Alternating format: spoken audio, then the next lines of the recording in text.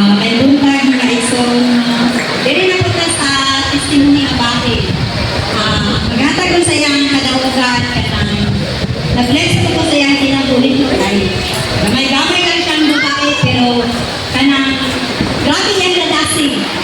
Kanang baskin pag maabot na sa point na kanang ang iyan na galing pamilya ang mahimong bubong saya pero siya kanang stand din siya noon, stand din siya para sa ihapong pamilya no. So kanang powerful kayo siya no kay ginagod kayo siya ba? Gamit siya pa kayo sa Ginoo para sa puluhan no sa pagsangyo sa tulong nyo sa Ginoo. So bago lang ko siya tawagon no nasa 8 verse. Sa Judas 1 verse 20. Apan kamo mga hinigugma, padayon kamo pagligon diha sa inyong labing balaang pagtuo. Ang ampo kamo diha sa balaang espiritu. No, padayon na dito no, kanang mas yun sa mga pagsulay, padayon na dito na soul. Tawagon na ko ron ang manatag sa iyang kadawagan si Sinas Purple.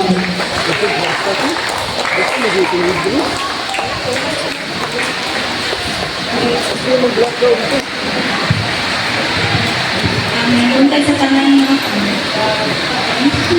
Bulba, sure. Pero ako yung ginakasalamatan no, ang Ginoo sa matag-adlo-adlo na gibungat sa akong kinabuhi, sa akong pamilya. Sa iyang pagkamaayo, sa iyang pagka-faithfulness, sa iyang gugma, labot sa tanan. Bisan pa man sa mga pagsulay, pero kanang kuya yung si Lord nga yung gibungat sa kuwa kay kanihan to, ang kanang pagpamalikas, ako man nag-iikuan, ako man nag-ipangadji kaya buntag. Ako nag-ipangadji, imbis na ako man, kanang munang, dili na ko natuluan diyan nga. Dili angay nga kanang, instead nga mamalikas ko, dili ko natuluan, may kabuntag, dili ko nakatuon nga, magpasalamat na sa buhay ng Diyos. Kaya kung wala siya, di ko na kaya ang tanang ko. Naamang di problema nga naabot sa kong kinabuhi, pero kuyaw si Lord ang libuhot sa kuwa. Dili basta-basta kay. Dili mo sagot si Lord na iyang mga anak nasakitan. Dili mo sagot si Lord na iyang anak ba kanang mablay na sa pangitabo. Muna gi-reveal ni Lord na ko Lord, kuyaw di ka Lord, di ka basta-basta. Kaya namungan siya sa kinabuhi ni Lord. Ako batasan, kuyaw po sa anak mo, dahil batasan, di ko palupig. Di ko palupig. Kanang unsay kuan ako jud ang kuan mo, balas jud ko kay ko palkansi. Nang dire ko nang tuluan sa pulong yun. Na sa una nga kanang ay sa una ko na ay mag-evangelism sa balay. Kay nutong ko sila artist sa una si Vanessa. Kanang pwede din mag-evangelism ni mag-Bible study.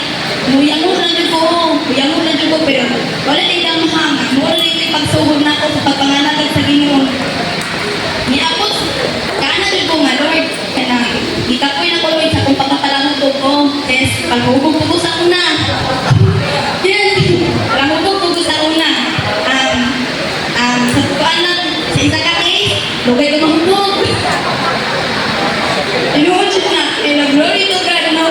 Amin na kay Lord kay di ba ko jud ko niya. Anak jud ko Lord. Ako sa point niya. Ikapoy na gusto ko rin ba ako ang circle Lord.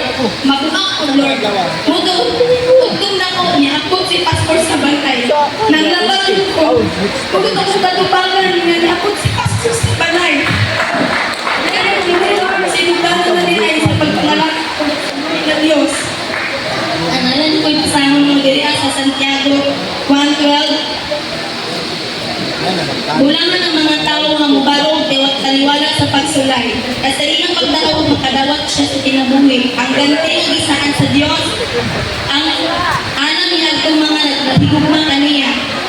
Nung diri ko sa pagsulay, diri ko na yung ligo. Ganun ko nga, ibalik na ko ang binuhimaya sa buhay ng Diyos.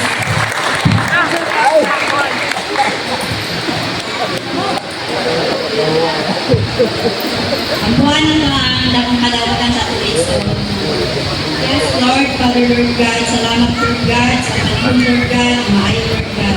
Lord, salamat Lord, sa dakong kadawagan Lord, sa Quezon, Lord God, Panalimti kami Lord, na kadawagan Lord God. Ayaw itubot makuha kini Lord. Ikaw kay sa store ko Lord God. I-bless ang iyang kinabuhi Lord God. Even ang tibok pamilya Lord God.